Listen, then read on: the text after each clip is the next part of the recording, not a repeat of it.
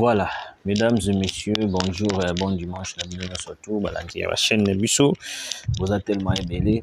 Vous continuez à partager, vous continuez à liker.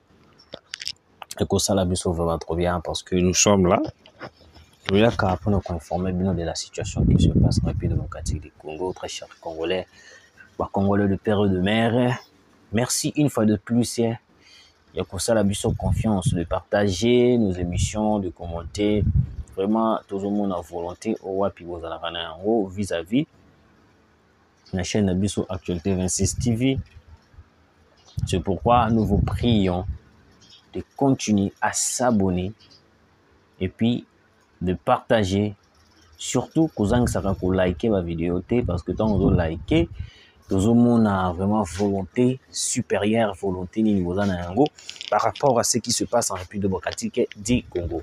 Nos abonnés de la France et de la Belgique, de l'Angola, surtout Angola, nous avons appelé les Béliers, Angola, Portugal, États-Unis, tout. Nous avons Elongo, continuez de partager. Bandimodanga, enfin, voici les stratégies militaires pour la récupération. Il y a Goma. Très chers abonnés, vous voyez que na minute oyoyo, il est très important pour le président de la République et puis pour Bisso, la RDC, et que non, tout récupérer Goma. Parce que Goma, des alliés la plus important, il y a place surtout au Kolinga, place surtout aux alliés. Na beaucoup ya banyanga la kata wana nyoso tu beaucoup mona. Alors, ni nezo le kabande kuna nga panique totale na Goma. Panique totale na Goma. Avant na kota na makambo etali militaire. La population ba Goma tracien ba siliki ba lobi soki M23 ekoboma bango eboma bango kaka. Soki nanga koboma bango aboma bango kaka. Mais bango loko bakosa la journée à lobby lundi ils allaient marcher pour dire non na Corneille nanga ba kenina ba nyanga la kata na population est tomboki. Moi j'apprécie beaucoup quand la population se lève. J'apprécie beaucoup quand la population ba télémaka pona kozwa les devants. Il y a situation tant ils économique ko beba.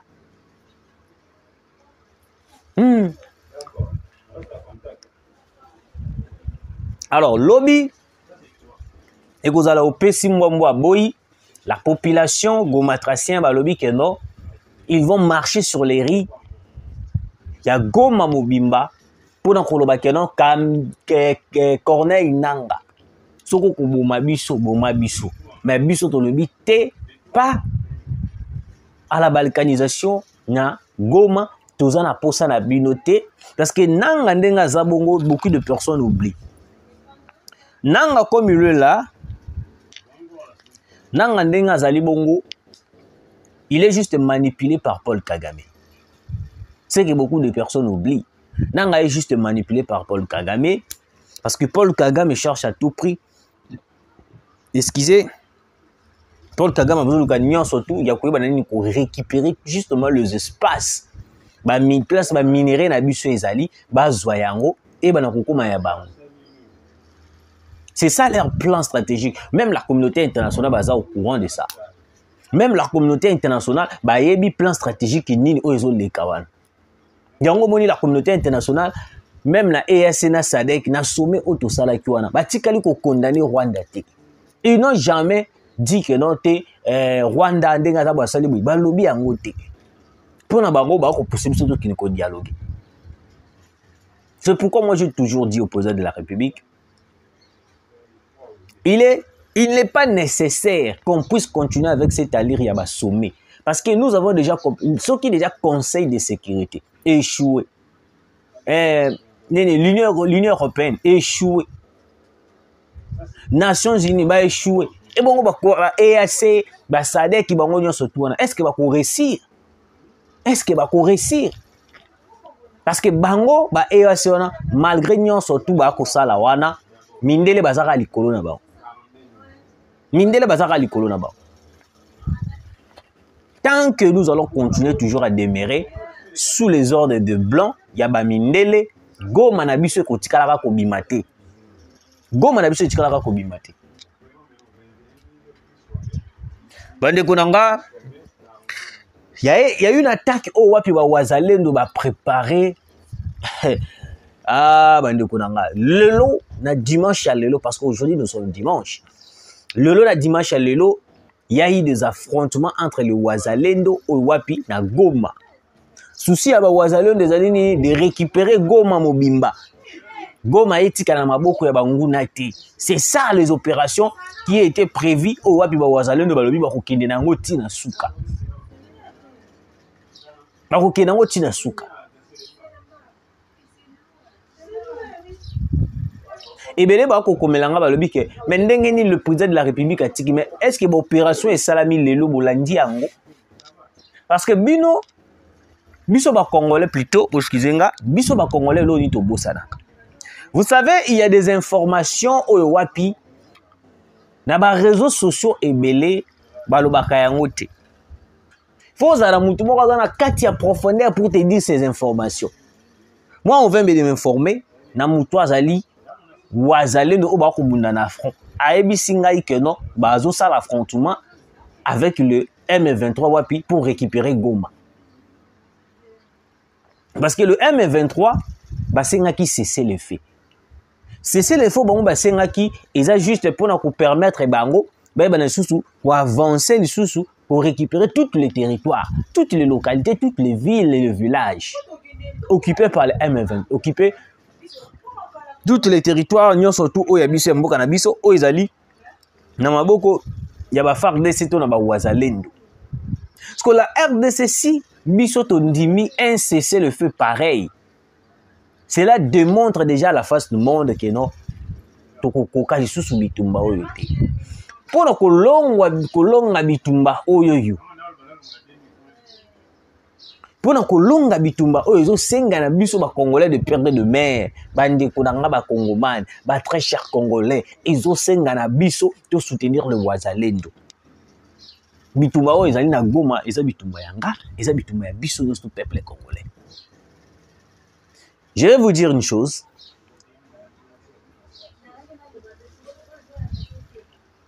Sur cette réalité.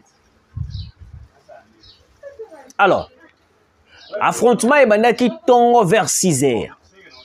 Les wazalendo ont pu babandi affrontement avec le M23. Vous savez, na minute on a le balabino. Le M23 battait beaucoup plus de positions na Katia Goma. Ndenge battait beaucoup plus de positions na Katia Goma. Ils ont une stratégie au wapipe biso pe photo sala pour que tu bana ko déloger bango directement. Mais lelo na tongo affrontement et salamaki au wapi ba wazalendo ba boltani masasi ba bundi avec le M23.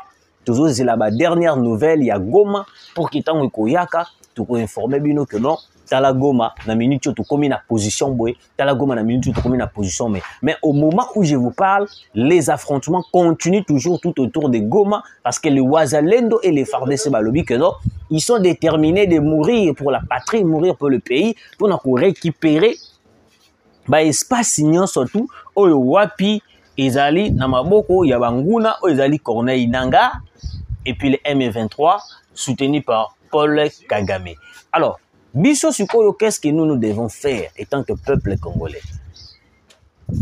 On est obligé d'être de fixer conscience na biso, makanis na biso, na makambo oyo esengeli to sala na minute oyo. Un vrai Congolais de père et de mère, na minute oyo akoki jamais ko attaquer président na ye. Un Congolais de père et de mère qui aime son pays, na minute akoki jamais ko attaquer pays na yo. Parce que le pays est en guerre. Avec une complicité élevée de la communauté internationale. Dans la minute, tout ça, il faut tout zala, bomoko. Il faut tout koma, bomoko. Il faut tout se soutenir.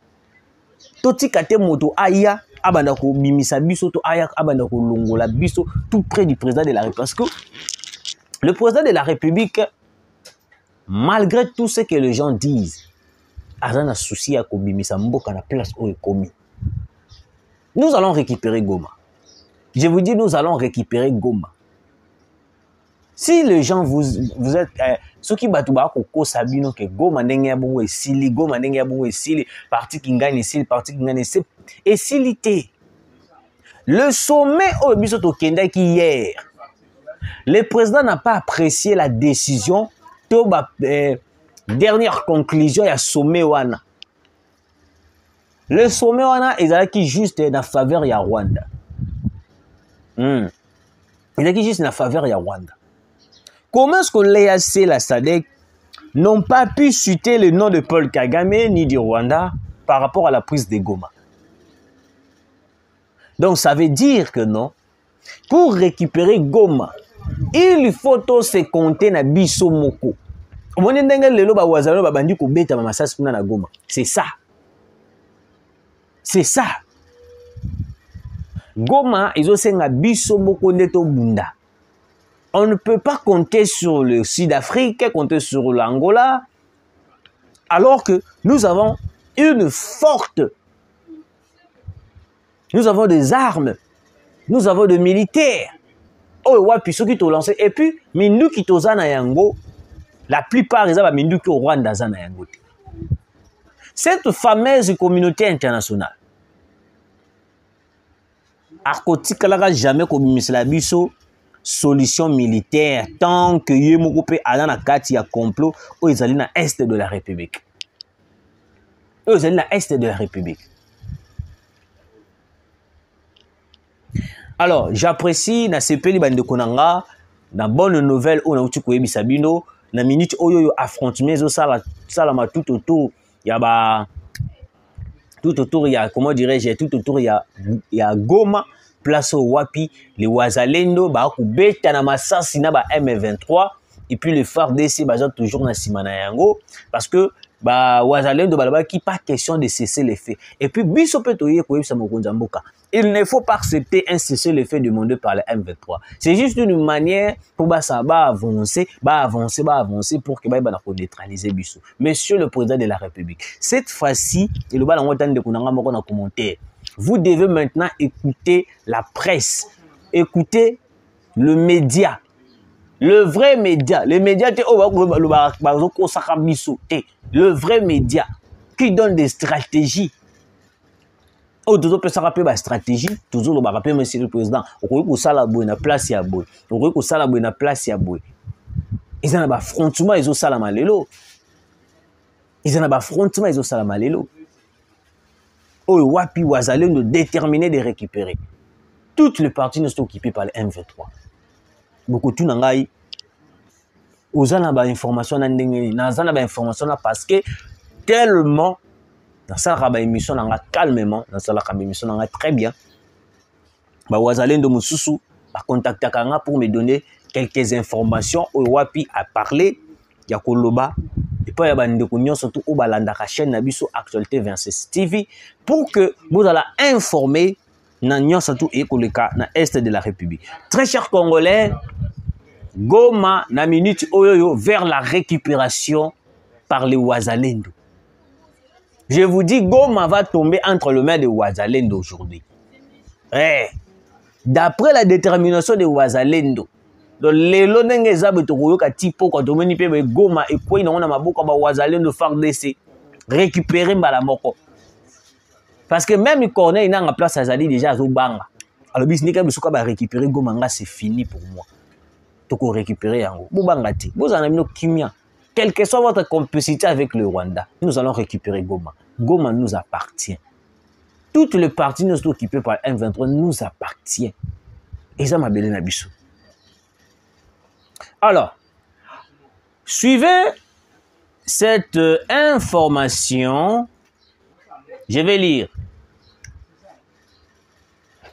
Une vidéo et un audio circulent affirmant la mort du général-major Yav Avula Robert, commandant de la 33e région militaire de Sud Kivu, prétendument tué par l'unité Guépard Satan II. Cette information est totalement fausse. Le général Yav Avula Robert est bien vivant. Peut-être S'agit-il plutôt d'un homonyme à Kigali, mais notre général est en sécurité. Merci de ne pas relayer cette rumeur. Bande Konangaï, le général Yves Avoula Robert est bel et bien en vie.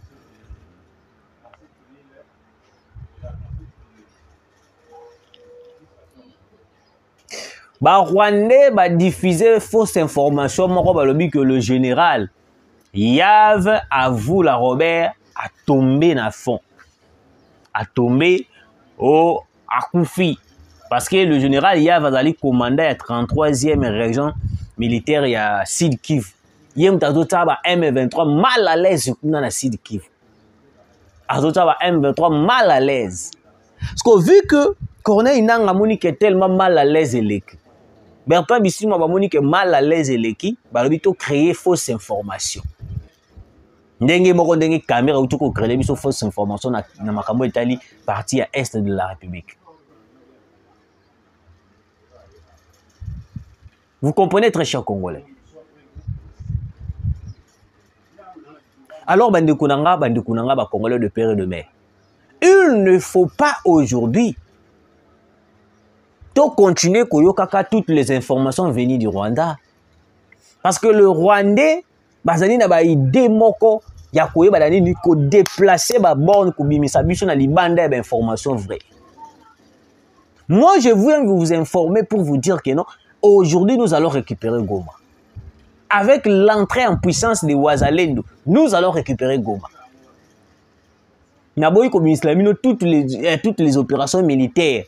Oh bah quoi ça la journée à l'eluna lobby nous allons récupérer parce que on a nos information militaire awa tant ba on va rejoindre par contre qu'on ko attaquer biso à travers cette opération militaire na biso.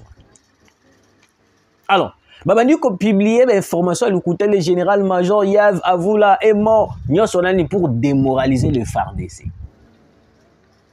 Pour démoraliser le FARDC.